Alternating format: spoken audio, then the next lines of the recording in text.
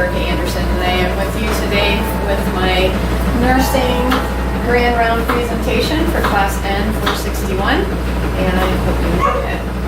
It is going to be on stroke. The objectives are I'd like to have people be able to quickly define what a stroke is, that we comprehend the importance of early assessment and early identifying the situation, and also accurately assessing the patient and their family educational needs. Pathophysiology, a partial or complete occlusion of the cerebral blood flow from an area of the brain. Ischemic stroke obviously is a clot that clots off an area of the brain, thus not allowing blood flow to either one or could be multiple sites in the brain. That is what causes damage. An ischemic stroke is diagnostic by a CT scan, and you will only be able to see it 24 hours after injury because it takes 24 hours for the death of the affected area, versus a hemorrhagic stroke that you will be able to see immediately as the blood is flowing freely throughout the brain's affected area. An ischemic stroke can be caused by either a thrombus or an embolus. Embolus is something that is immediate versus a thrombus, which is something that has been growing over time. The types of strokes, again, the blood flows freely through the normal artery versus an embolytic stroke, which is an actual clot that stops the blood flow at the process. And the hemorrhagic stroke, you can see how the blood is flowing freely out of the vessel. And then a thrombolytic stroke, again, this is where it builds up slowly over time. You can still see that there is some blood flow that's coming through versus the embolytic stroke where it completely stops all circulation at that point. Clinical manifestations of a stroke can include numbness, weakness of a partial paresis where it's on one-sided versus another side. It can be dysphagia, aphasia. We can have visual disturbances. There is also possibly an altered level of consciousness or confusion. There are self-care deficits. It can also have a sudden symptom of a headache. And we have this really cute little picture here that says a brain accident or a cerebrovascular accident, and it's got some really nice, demonstrates some nice signs and symptoms of symptomology that a patient could be having. Risk factors. The modifiable risk factors we have are hypertension, heart disease, serum calcium, serum cholesterol if it's elevated is a risk factor, smoking, obesity, sleep apnea, metabolic syndromes, lack of exercise, diet, and it could also be drug or alcohol.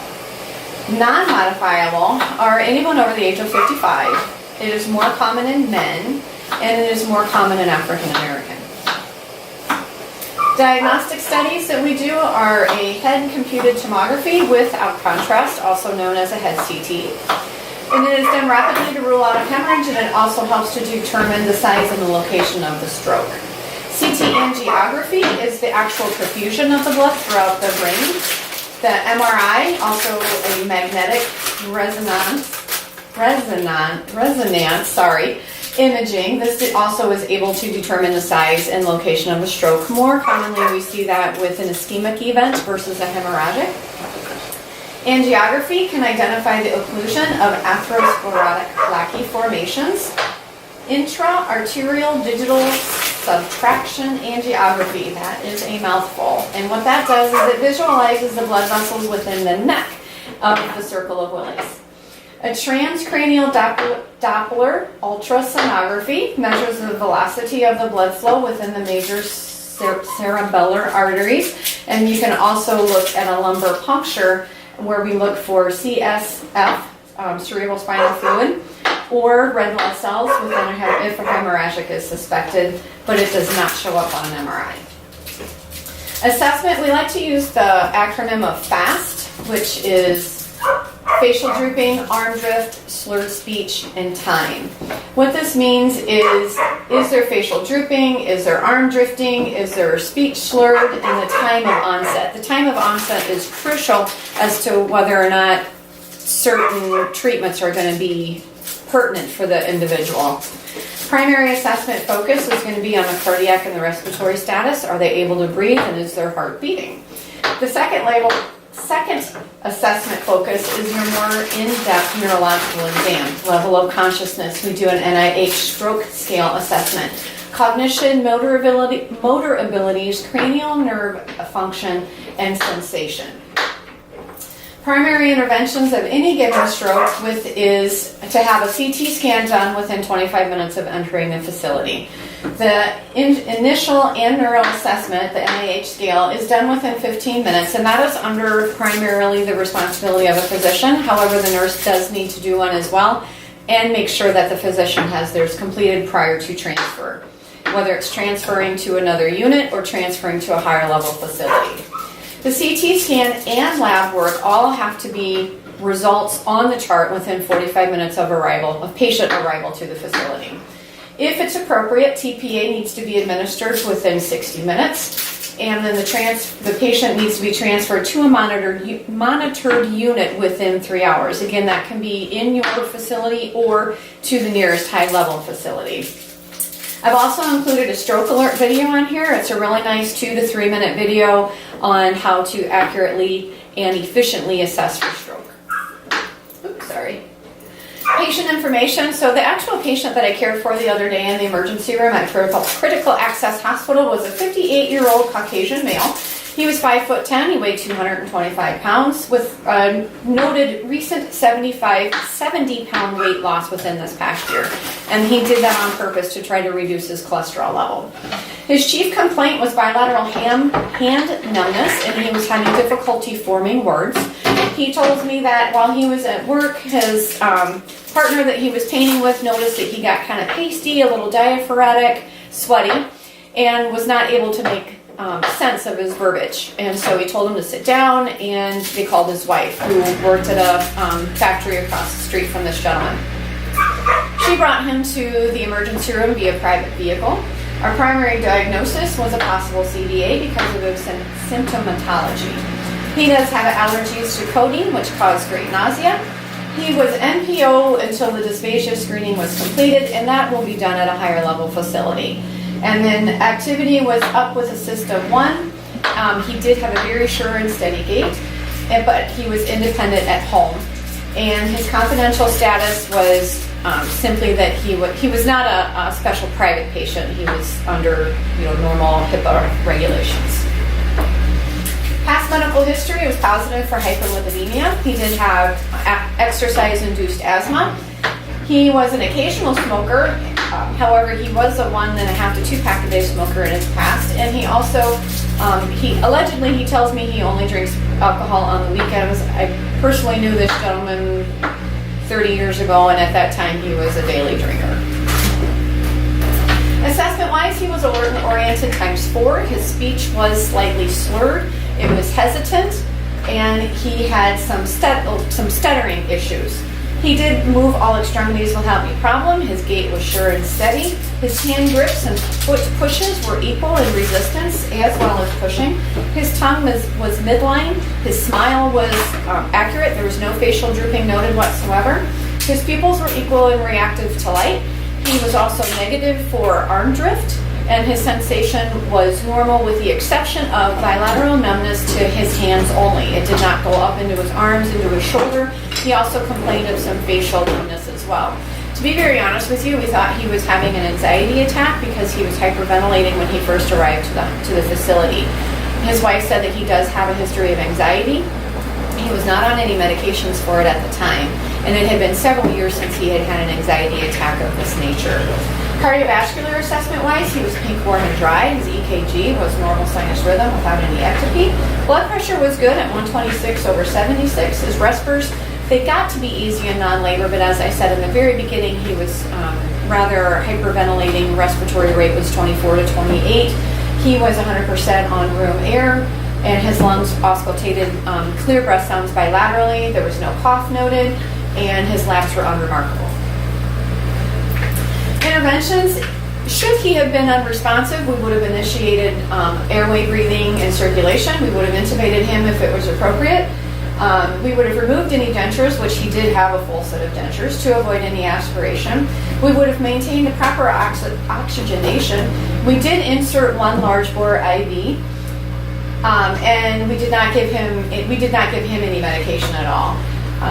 We monitored his blood pressure, made sure that it was within normal range, that there was no significant changes. We wanted to avoid a blood pressure greater than 25% within the first 24 hours to prevent hemorrhage. We kept him NPO until his swallow reflex was evaluated at a higher level facility. We did not need to initiate seizure precautions because he was not, there was no evidence of seizures activity whatsoever. And we should have obtained a CT scan and or an MRI immediately. Coming from the critical access hospital, we do have a CT scanner, however, it was not functioning when he came in. Thereby, we had to quickly assess him that he was a rule-out CVA, and we had to transport him to a higher level facility.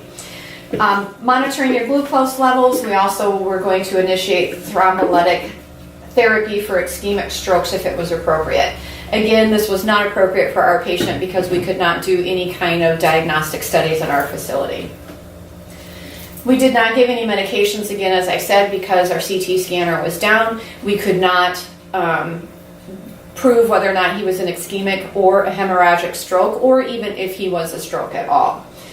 If the stroke was ischemic, we would have given him aspirin. If he fell within the window of opportunity for us to TPA him, we do have a pharmacist available to us during the day shift hours, I want to say from 8 a.m. to 5 p.m. And at that time, our pharmacist would have been at the bedside to accurately give us the medication appropriate for his weight and size. If we would have given him the TPA, we would have inserted a second large bore IV as well as a Foley catheter. With the TPA, you run the risk of increased bleeding, and we don't do any kind of invasive procedures to the patient once TPA has been administered. Thereby, we initiate 2 large bore IVs, and we do a Foley catheter because he would need to be accurate eyes and O's. He would be bed rest, flat on his back for 24 hours to make sure that the thrombolytic agent was reaching full capacity of his brain in hopes that we would be able to bust up that clot. Social and familial impact of this patient. The wife was very, very nervous and anxious regarding the situation and the condition of her husband's change in condition. She came out to the desk. Again, like I said, I used to know these people 30 years ago. We were close at one point in time. She felt very comfortable and able to speak with me and say, hey, listen, what's going on? What do we need to do? I think he's having a stroke. He's not right. Something's wrong. We were able to express her concerns to the physician. The physician agreed and said we need to transport this patient out stat for a stat head CT at a higher level facility. The doctor that was our provider for the day immediately called our regional referral center and was able to transfer ED to ED, where he was able to be seen down in the East Campus ER, where a more thorough workup was able to be done for him. They have only one child, and that is their daughter, and adult daughter, and she was on her way in, also going to be very anxious and nervous about the situation. The patient was nervous as well, but he was trying very hard to hide it. I have found that over the years, my experience, when people are confused or when they know that something is not quite right, but they don't necessarily want to admit it, they do a really, really good job at trying to fake their normal. Our plan of care, he was NPO until the head CT was completed. That was not able to be done at our facility. So what I did do for him was frequent neuro assessments. I did those every 15 minutes for the first hour. Thankfully, he was not there, but for 63 minutes was our total time from the time he came in to the time he was exiting our facility on an ambulance cart. Did neurological assessments every 15 minutes, and there was no change in status. The NIH score was completed with the initial assessment. I'm sorry, that's a typo. We don't do that with every assessment, but we do that with the initial assessment, and then I did it again prior to his departure. Notified the physician immediately with any changes of the overall status. We did not have any, but we did notify him immediately upon arrival, and we did initiate the stroke protocol. We initiated 1 large bore IV, and we transferred to the nearest higher level facility. Goals and patient outcomes. Acutely, we want to reduce morbidity or mortality. We want to limit the size of the infarct if it's possible. We want to prevent early reoccurrence. By frequently reassessing our patients, we are able to capture if there are any changes in our patient condition. We reduce their level of disability. We are able to prevent and limit complication. We put the patient on fall prevention because we don't want to add insult to injury. We would like to make sure that there is no change in level of consciousness, and we also put these patients on aspiration protocol because we don't know if they're going to be able to swallow, if their swallow reflex is going to be functional.